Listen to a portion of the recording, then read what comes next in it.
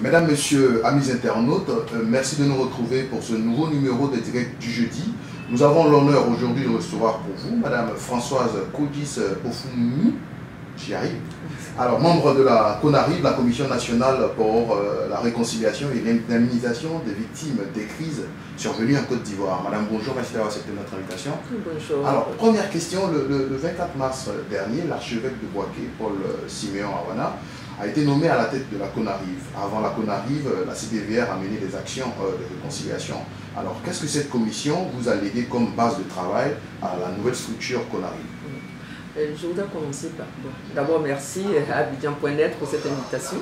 Et je voudrais dire qu'effectivement, c'est une ordonnance du 24 mars 2015 qui a mis en place la CONARIV. La CONARIV, c'est la Commission nationale pour la réconciliation et l'indemnisation des victimes. Et cette commission est présidée par Monseigneur l'archevêque métropolitain de Bouaké, Monseigneur Paul Siméon Awana. Il a 3 vice-présidents qui sont le roi, Sa Majesté Tanoué Désiré, le roi de Nzima Kotoko, et qui est le premier vice-président. Il y a l'imam Cheikh Bouakari, qui est le 2e vice-président. Et le 3e vice-président, c'est le bishop Benjamin Boni, le bishop méthodiste uni. Voilà. Et donc, moi je suis membre, je suis commissaire central, comme d'autres personnes aussi sont membres de la CONARIV. Vous avez dit que... Quel est le lien? Qu'est-ce que la CDVR vous a légué concrètement comme base de travail? La CONARIV a donc été créée pour pouvoir parachever le travail de la CDVR. Parce que la CDVR a été mise en place pour pouvoir rechercher la vérité dans tout ce qui s'est passé au niveau des crises que la Côte d'Ivoire a connues de 1990 jusqu'à au-delà de 2010, donc 2012. Et la CDVR avait du temps où elle était en travail, j'allais dire, en exercice. La CDVR avait recensé, avait collecté plus de 70 000 dossiers, 71 000 dossiers, voilà. Et tous ces dossiers constituent, si vous voulez, la base de travail de la CONARIV. Parce qu'au-delà de la CDVR, il y a eu des structures de l'État, des structures para-étatiques, des organisations de la société civile qui ont également recensé, identifié un bon nombre de victimes. Et donc le travail de la CONARIV consiste à collecter, à rassembler toutes ces listes qui ont été établies par les structures étatiques ou non étatiques, les structures de la société civile, les organisations de la société civile. Et le travail, la première fonction, j'allais dire, de la CONARIV est de consolider, de constituer une fiche unique consolidée, de toutes les victimes de toutes les crises. Les crises, je dis bien, la période de 90 jusqu'en 2012. Et cela parce qu'on a besoin de savoir le nombre de victimes, le nombre de dossiers pour pouvoir procéder à l'indemnisation. Et l'indemnisation, c'est la 2e phase du travail qui est confiée à la CONARIV.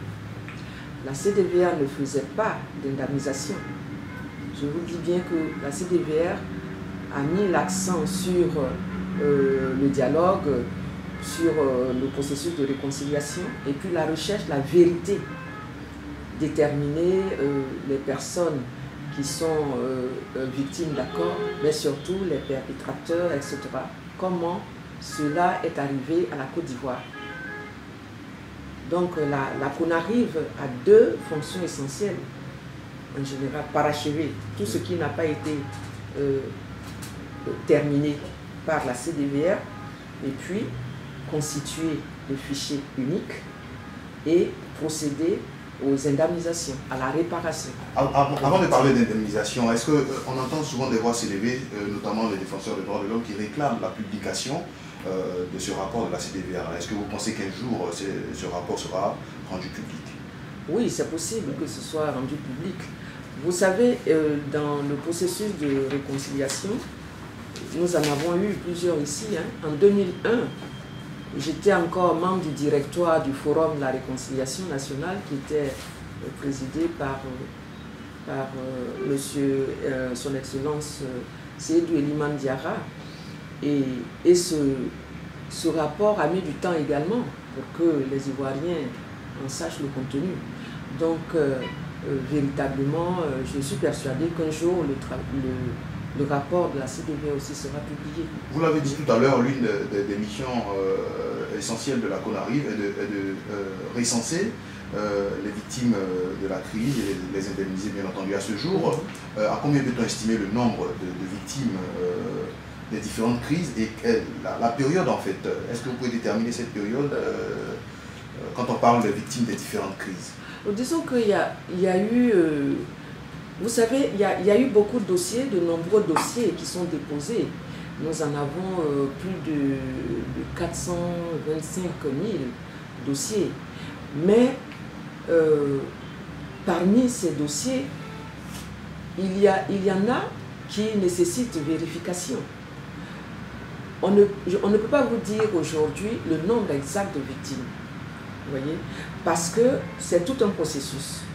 On collecte les dossiers, on vérifie les dossiers pour savoir si ce sont véritablement les dossiers collectés sont véritablement des dossiers de véritables victimes.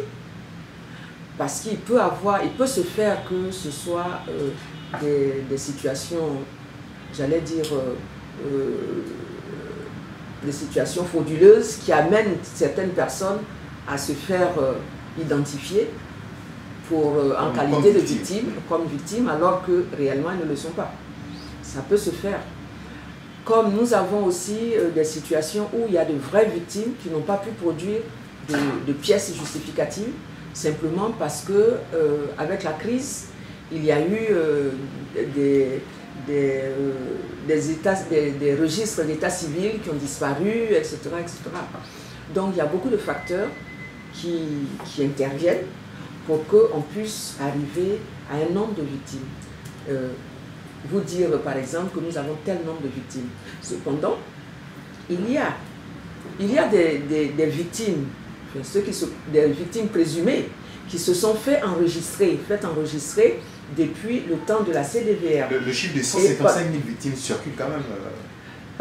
Non, je ne peux pas vous affirmer que c'est le nombre exact des victimes.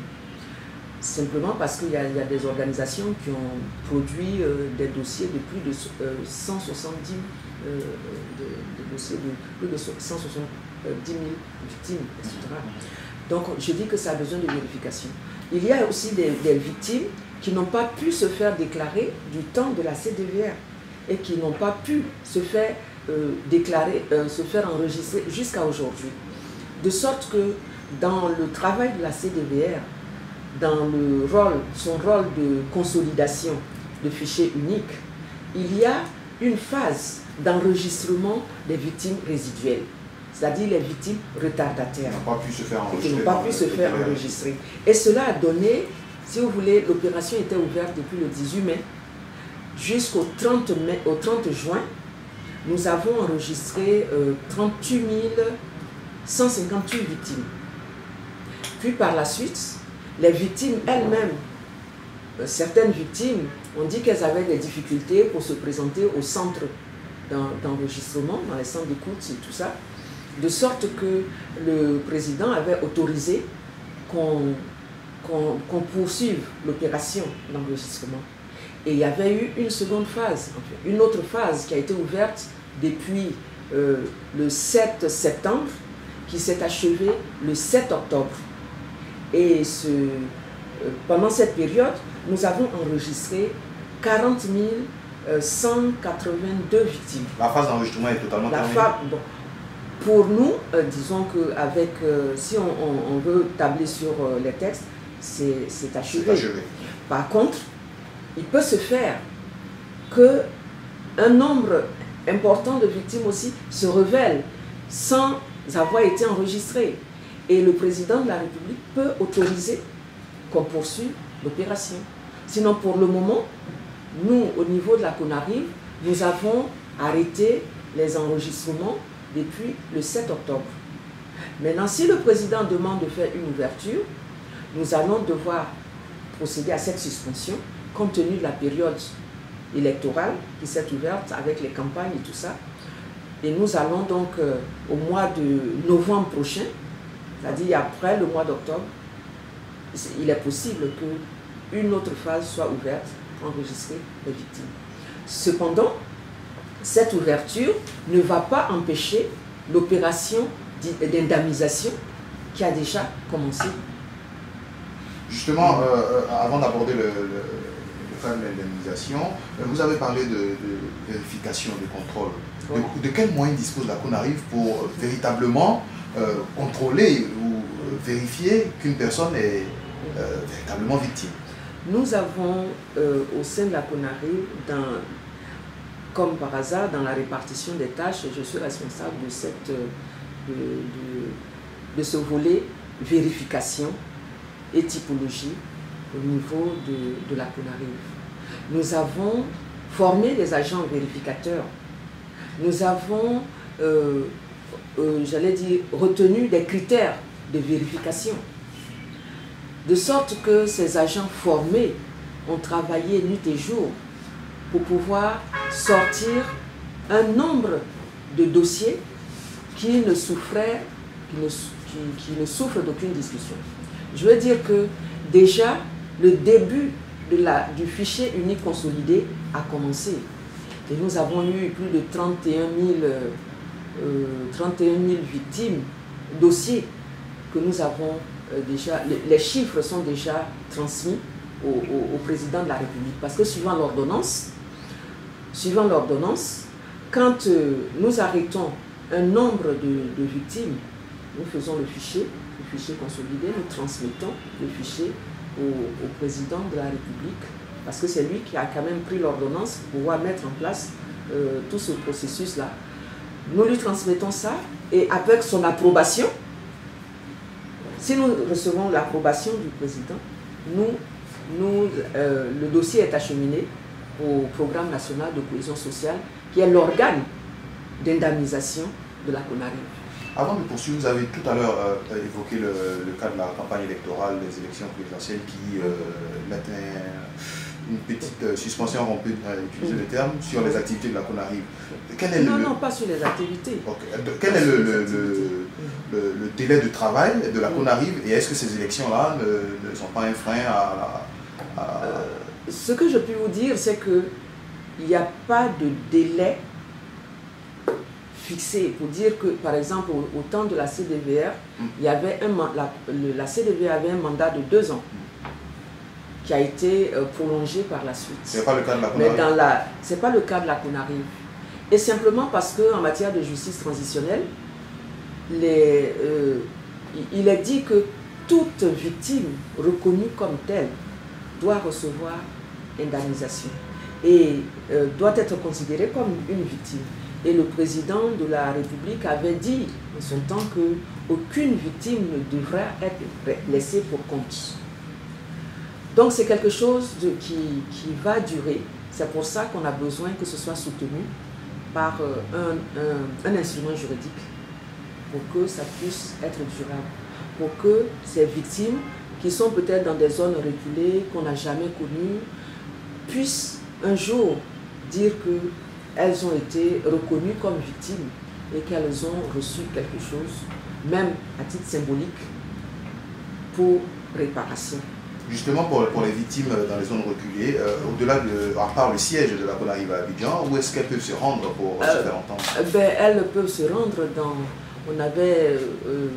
la CONARIV a continué de travailler avec les mairies, les communes, les sous-préfectures, les préfectures, de sorte qu'on a des points focaux dans les différentes zones au niveau de toute la Côte d'Ivoire. Et ce sont ces personnes-là. Au temps de la CDBR, on parlait de commissions locales. On en avait 37 qui allaient dans le pays profond, qui étaient situés dans le pays profond et qui collectaient les dossiers. Au temps de la CONARIV, compte tenu de ce que ce n'est plus la recherche de la vérité, je le souligne, c'est pour rechercher maintenant qui est véritablement victime et qui ne l'est pas. Et ces dossiers sont acheminés au niveau d'Abidjan pour les saisies, pour qu'on puisse consolider véritablement la fiche unique. On imagine que le travail de recensement et d'indemnisation des victimes n'est pas de tout repos. La preuve, la semaine dernière, des victimes ont manifesté devant votre siège, le siège de la CONARIV, et elles estimaient elles exprimaient leur inquiétude quant aux difficultés qu'elles rencontrent dans la prise en charge scolaire des orphelins et également du suivi médical des personnes blessées au cours de ces différentes crises. Est-ce que vous pouvez nous en dire plus sur cette situation? Suivi médical, ce n'est pas, je ne dirais pas la même chose. Je ne dirais pas la même chose parce que les cas urgents, ce que nous avons considéré comme des cas urgents, ce sont des personnes qui, en ce moment, en cet instant T où nous sommes en train de nous entretenir, ces personnes qui sont concernées par ces cas urgents sont prises en charge. Ces personnes sont prises en charge parce que quand les personnes ont des balles dans le corps, ou bien quand les personnes ont été victimes de violences sexuelles de manière à ce qu'elles ont besoin, quand je parle de violences sexuelles, je ne parle pas que des femmes, hein, il y a des hommes pendant la crise qui ont été violentés également au plan sexuel. Et ces personnes qui ont besoin de prise en charge psychologique, nous avons appelé ça des cas urgents. Et ces cas urgents, c'est par... certains sont encore dans les hôpitaux, ou bien sont pris en charge par des médecins, des experts en psy, qui s'en occupent. Donc ces cas urgents-là, il y a par exemple les cas des orphelins qui ont besoin d'être inscrits dans les établissements,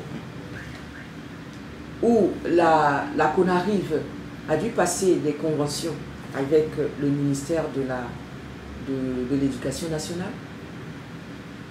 Pour ceux qui concernent, ceux qui sont dans le domaine de la santé, des conventions avec le ministère de la Santé, pour que ces ministères puissent indiquer où ces personnes, ces victimes peuvent se rendre pour être soignées et où ces enfants peuvent être inscrits au niveau des écoles, par exemple. Et donc, je voudrais dire simplement que ces personnes qui ont manifesté devraient avoir le cœur apaisé. Est-ce que vous avez eu l'occasion d'échanger avec ces personnes? Oui. Très bien. La CONARIV a eu à échanger avec ces personnes-là. Et nous avons même reçu d'autres organisations de victimes qui nous ont dit qu'elles ne se souscrivaient pas, hein, elles n'épousaient pas cette manière de voir de cette organisation qui a manifesté. Donc, nous disons que dans la mesure où le chef de l'État a bien dit qu'aucune victime ne doit être laissée pour compte, la CONARIV travaille dans ce sens-là. Elle travaille dans ce sens-là et je vous ai dit tout à l'heure qu'en vertu de l'ordonnance qui a mis en place la CONARIV, l'organe d'indemnisation, c'est le programme national de cohésion sociale. Alors, quel est le rôle véritable du programme national de cohésion sociale au sein de la CONARIV? Bon, je ne suis pas, je veux dire que je ne suis pas membre du programme, qui est un programme et qui a été, au départ, c'était par un arrêté que ce programme existait et puis par la suite, son rôle a été renforcé par la prise d'un décret. Mais donc, ce décret, dans l'ordonnance ce programme de cohésion sociale, PLCS, dans l'ordonnance qui met en place la CONARIV, il est mentionné que l'organe d'indemnisation de la CONARIV est le programme national de cohésion sociale. Et puis, nous avons eu aussi connaissance d'une ordonnance, d'un décret qui fait de la directrice du programme national de cohésion sociale la directrice exécutive de la CONARIV. Donc ce sont ces deux liens que moi je peux vous exposer qui entrent dans le travail de la CONARIV. Le chef de l'État, on a également entendu dans les médias, a mis à disposition 10 milliards de francs CFA pour l'indemnisation des victimes. Est-ce que vous pensez que ces 10 milliards suffiront pour indemniser toutes les victimes des différentes crises en Côte d'Ivoire? Non, ça ne peut pas suffire, mais seulement c'est un début. Ça peut quand même commencer une indemnisation. Mais ce n'est pas ce n'est pas à la CONARIV, à l'occasion d'une rencontre avec la CONARIV, que ce chiffre a été avancé. Ce chiffre avait été avancé au moment où la CDVR présentait son rapport.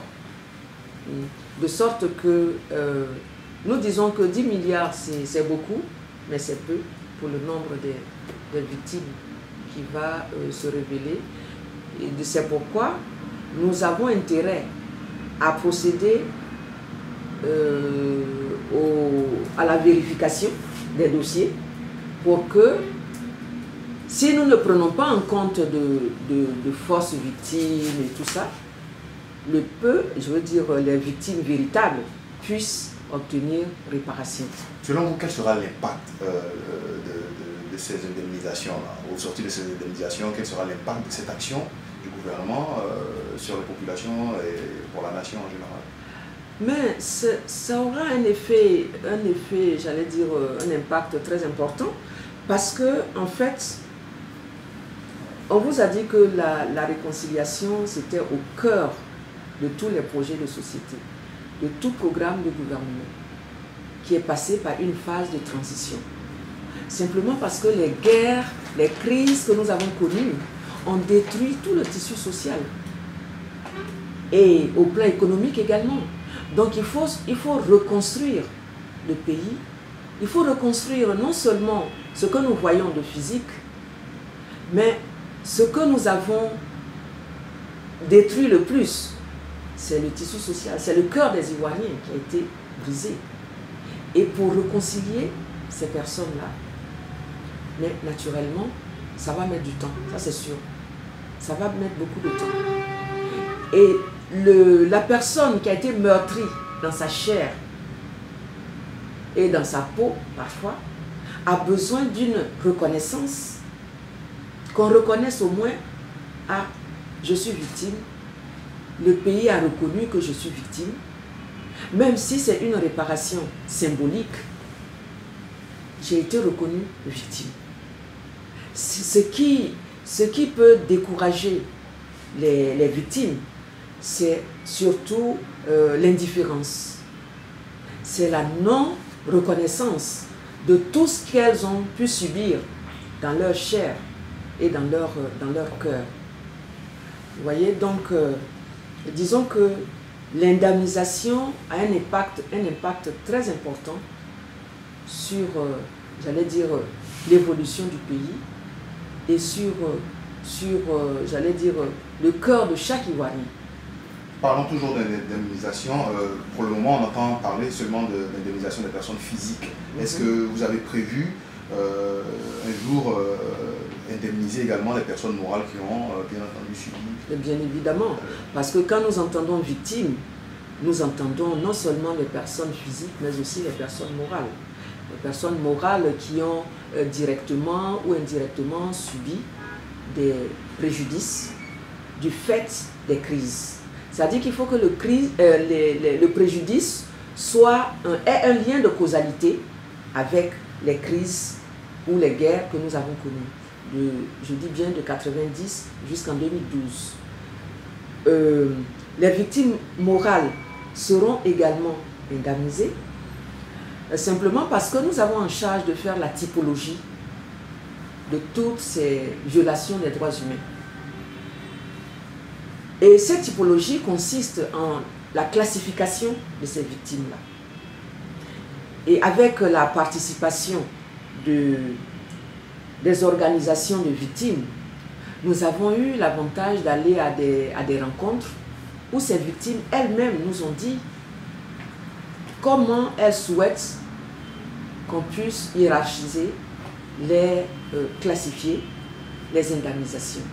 C'est-à-dire qu'on commence par les personnes, les prises en charge des personnes, des cas urgents n'entrent pas en ligne de compte, mais il y a des personnes qui ont des personnes disparues, qui ont laissé des orphelins.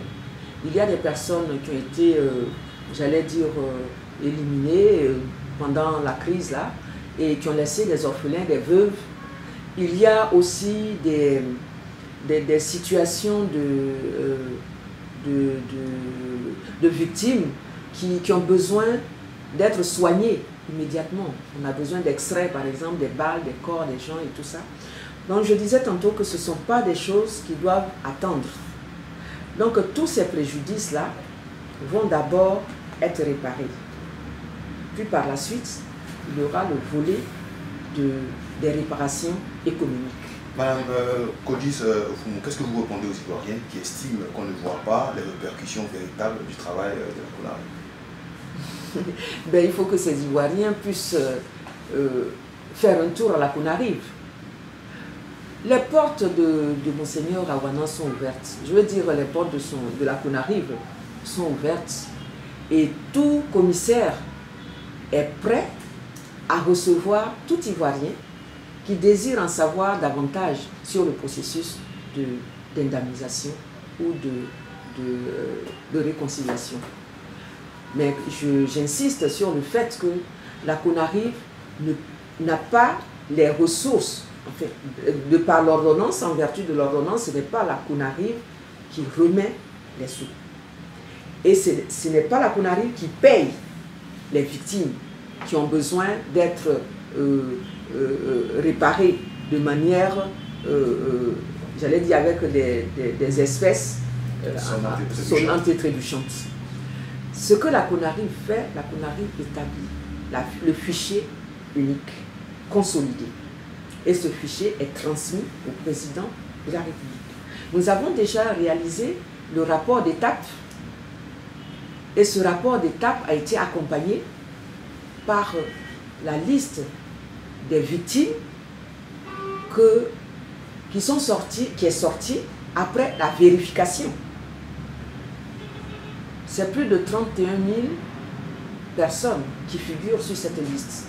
Cette liste a été annexée au rapport d'étape.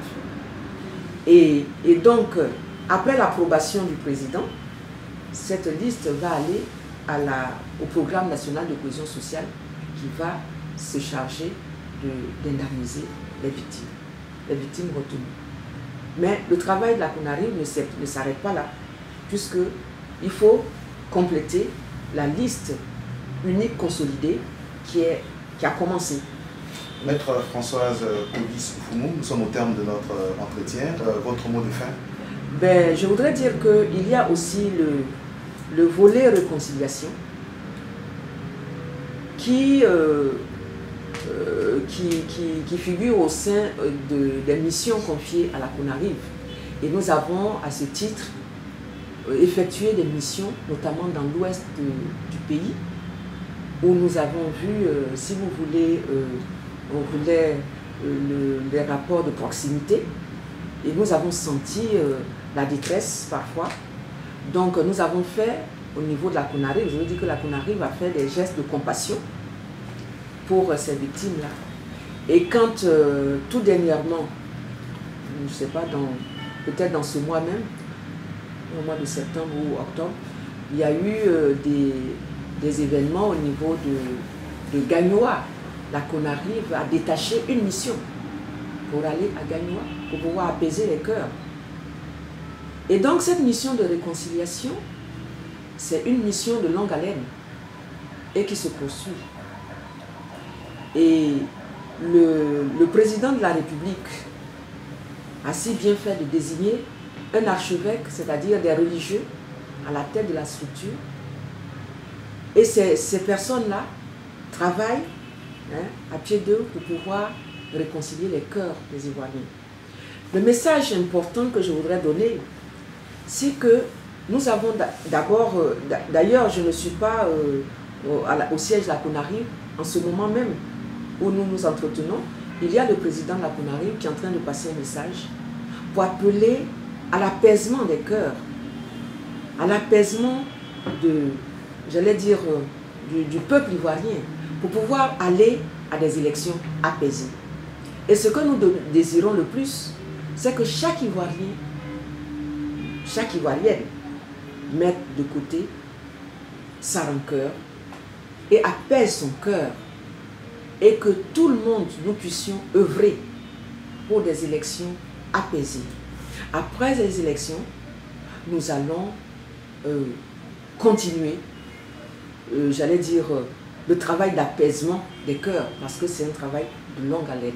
Mais pour l'heure, pour l'intérêt supérieur de la nation, nous devons aller à ces élections-là de manière apaisée.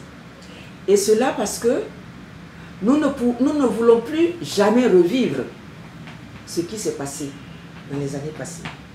Dans les années, je veux dire, la crise depuis les années 90 jusqu'à la crise post-électorale, où l'Ivoirien a été meurtri dans sa chair, parce que les souffrances étaient véritablement atroces.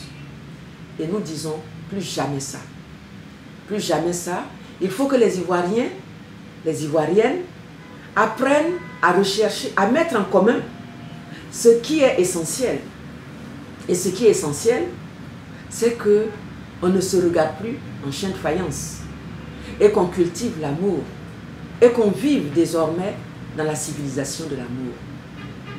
Et tout cela pour l'intérêt du développement de notre pays.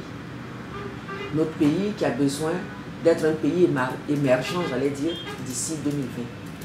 Mesdames, Messieurs, nous avons eu beaucoup de plaisir à recevoir vous, Maître Françoise Kodjis Ofoumou, membre de la Commission nationale pour la réconciliation et l'indemnisation des victimes des crises survenues en Côte d'Ivoire. Quant à nous, on se retrouve jeudi prochain pour un nouveau numéro des Directs du Jeudi.